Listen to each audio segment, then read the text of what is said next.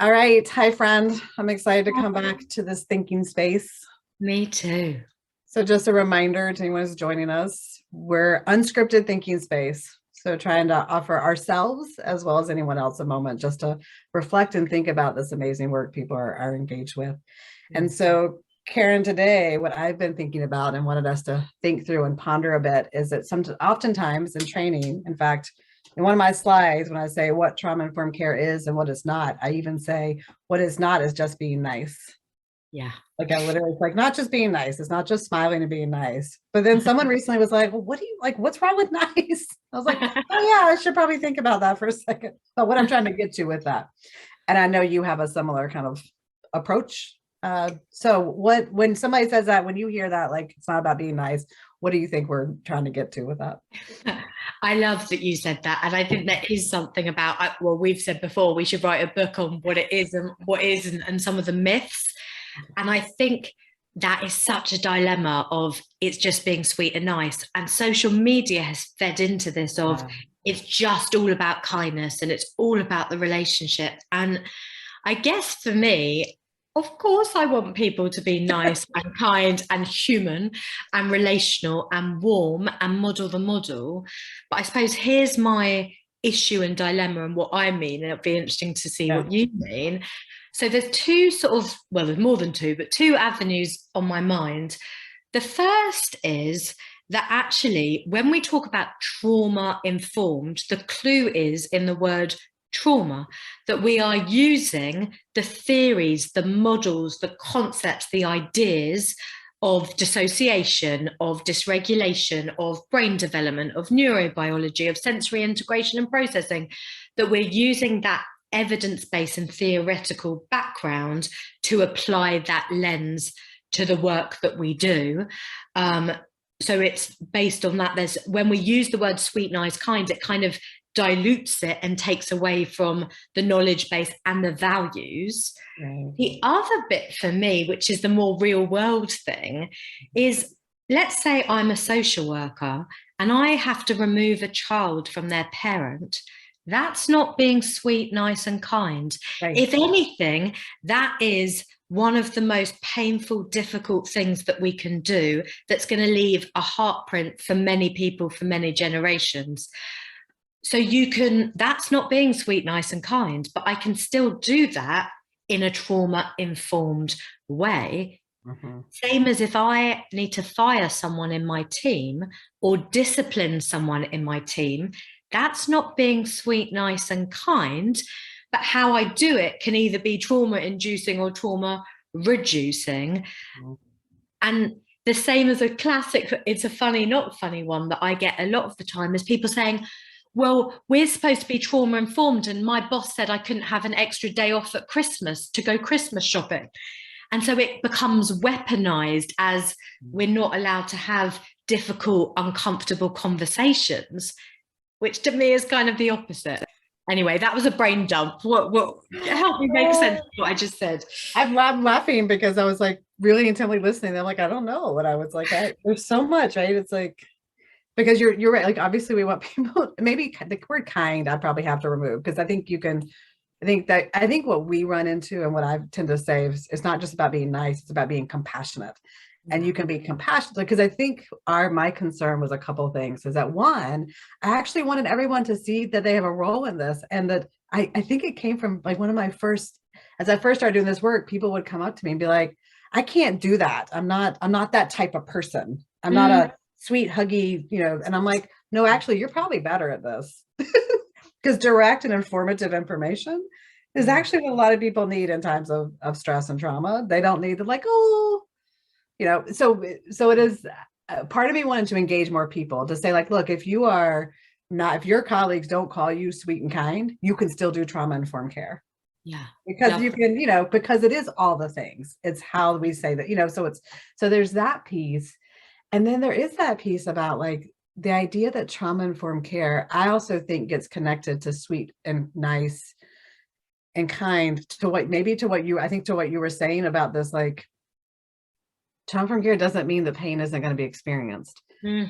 and that people aren't going to feel big feels that aren't comfortable and like sometimes trauma from care means that we're going to go away unhappy and Mm. hurt. Trauma from care means that I'm going to recognize that. I'm going to do my best to mitigate and to protect and to prevent and to restore.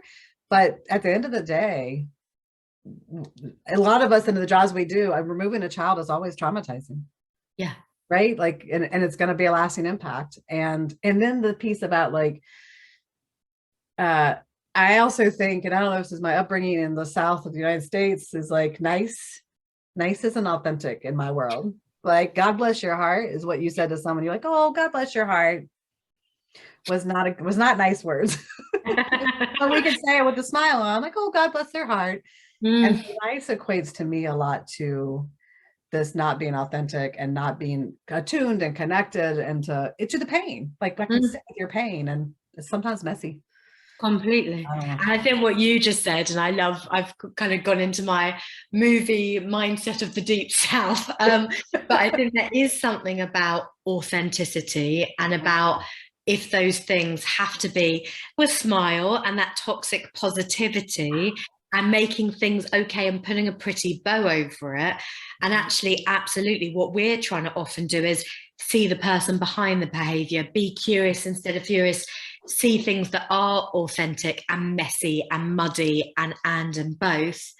But it also, I often talk to people about parenting as well, that in a lot of the literature, we say we want to aim towards that authoritative parenting. So we need to have limits and boundaries and discipline with high levels of warmth and compassion and understanding and love. And there might be times that you have to make some tough decisions or have difficult decisions where your kids don't like you very much. And it can feel that that's not being nice and sweet and kind, but there's a reason and a rationale.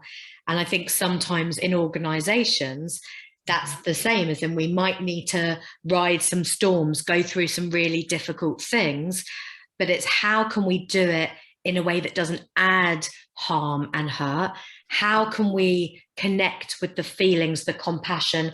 How can we think of all those nuances, but it doesn't mean brushing over. It doesn't mean avoiding. It doesn't mean just, because if we're constantly trying to just be sweet, kind and nice, we're kind of fighting a losing battle. Because another example, the police or cops, as you call it in America, they're going to have to arrest people at times. That's not being sweet and nice. Right.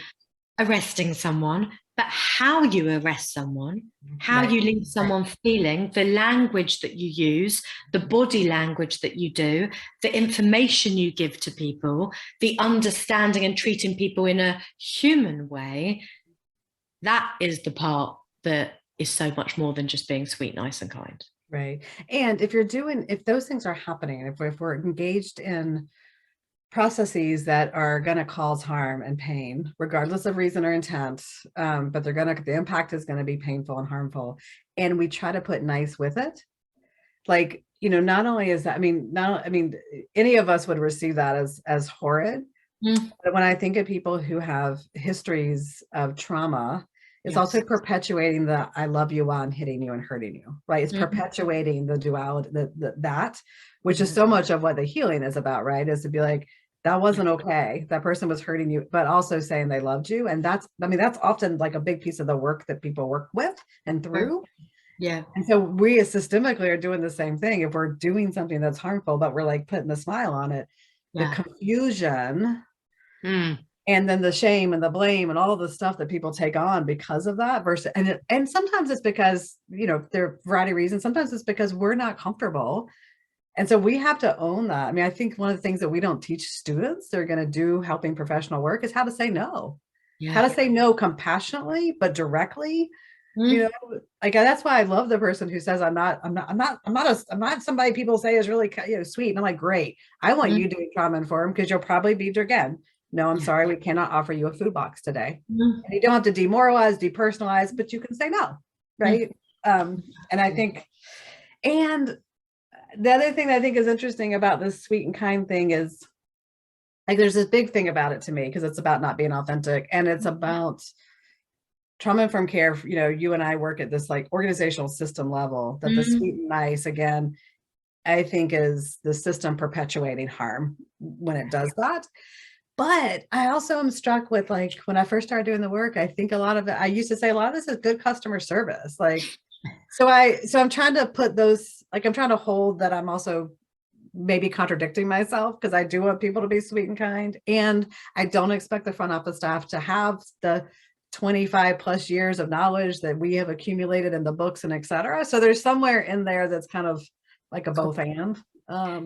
It's so a both ends, and I think that's the important thing. I hope people would describe me most often as a kind, caring, relational, warm person, Mhm. but it's when that is packaged as that is what trauma informed is. Right. Or we Right. don't need to go on training about trauma because we are just sweet, nice, and kind. So Yeah. I absolutely agree with you. And that there might be times where actually, yeah, we need to make the difficult decisions or have, to me, it's a little bit like, again, that when you go to parenting, you try and support parents, but so often people haven't had to have the warts and all, the good, the bad, the ugly, to be able to hold all of those different positions. And I guess that's often organizationally what we're trying to do, is that, you know, if we're going through COVID, if we're responding and thinking about Black Lives Matter, it's not going to all be sweet, nice, and kind that we can brush it under the carpet or that everyone's going to leave. And so it's how do we do and acknowledge how we use some of the values of trauma-informed practice to have those conversations. But yeah, us just being like, let's all have a hug and a cuddle and it's all going to be better, can feed into that sense of silencing, secrecy, oppression, pushing things underground. Mm-hmm.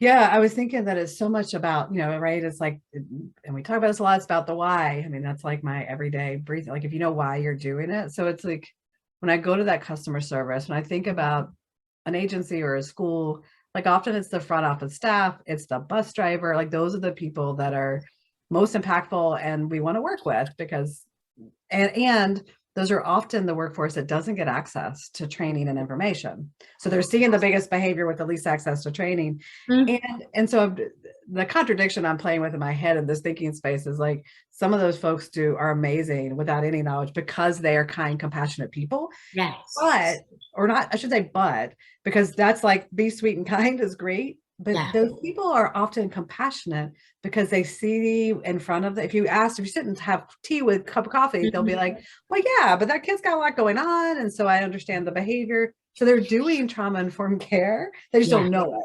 Right. Absolutely. So there's something about that. Yeah. Be sweet and kind, but let's know why it works.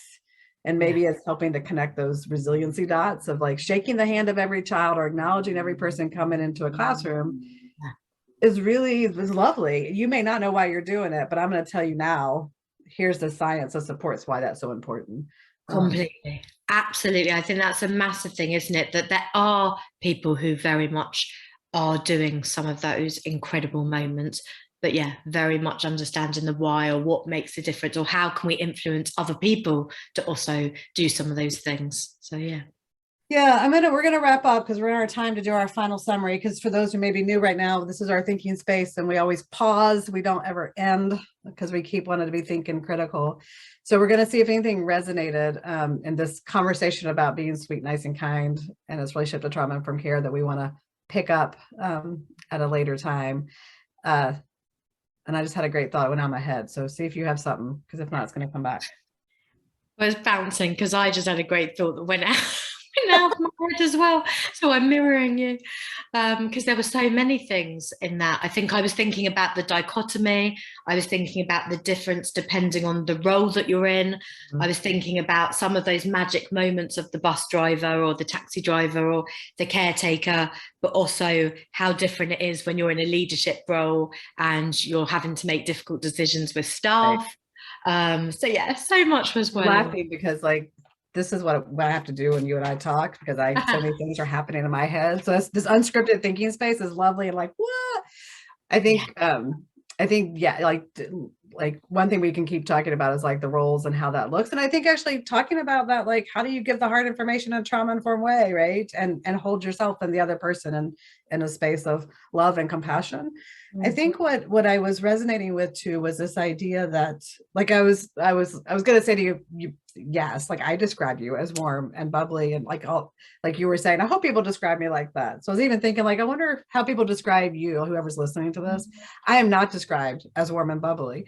Right. I mean, like it's not, I mean, I would laugh if someone said that. I'm described as intense and loyal and like compassion and kind. Like start to think about what are the words, because what's interesting to me to think about is what I believe that those who are experiencing harm or have experienced harm are looking for is like there's different things we need, right? And like what they're looking for from you and I know because of your clinical experience and mine, is that you see and hear me and you won't hurt me and you might actually be able to protect me. Like, so when we think about what kind looks like in trauma informed, I think what you and I are working against is it doesn't mean just smiling. No, It means connecting in a way where that person or that student or that youth or that adult goes, oh, I think you got me a little bit and I can relax a minute and do the work. So. And as you say, different things for different people, because for you, obviously you're one of my favorite people, but I think the skills of being seen, heard, connecting the dots, bringing a wealth of information, being able to know where you're at, absolutely what that feels or means to different people, and those different relational gifts that come out in different ways. So yeah, I think it'd be really interesting for people to think about, what does that look like? What does that not? And if you're working in teams, which people complement you or jar with you or conflict, or which type sends you down a chain of pain or a time hole, or who do you go to at different times for different things, and all of those bits about our relational templates, which I need to stop. Like we're gonna go. It's like bringing like all that love language in, right? Like, what are you offering? And I mean, that's why you and I think, enjoy each other's company, right? Like, because it's we bring in different things, and we need to have those connections, and so that we're not putting a blanket of nice, we're putting authenticity. Maybe that's the and not having an echo chamber as well, like having stuff that is commonalities, but also things that will stretch and bring in different perspectives, which is so much of this work, isn't it? Is to be able to integrate those different things, and for someone to say something and you're like, oh, wow, yeah, that's really made me stop and think, or I need to reevaluate. The whole point of being a thinking space. Right. Lovely place to pause. Until the next one. Until the next one.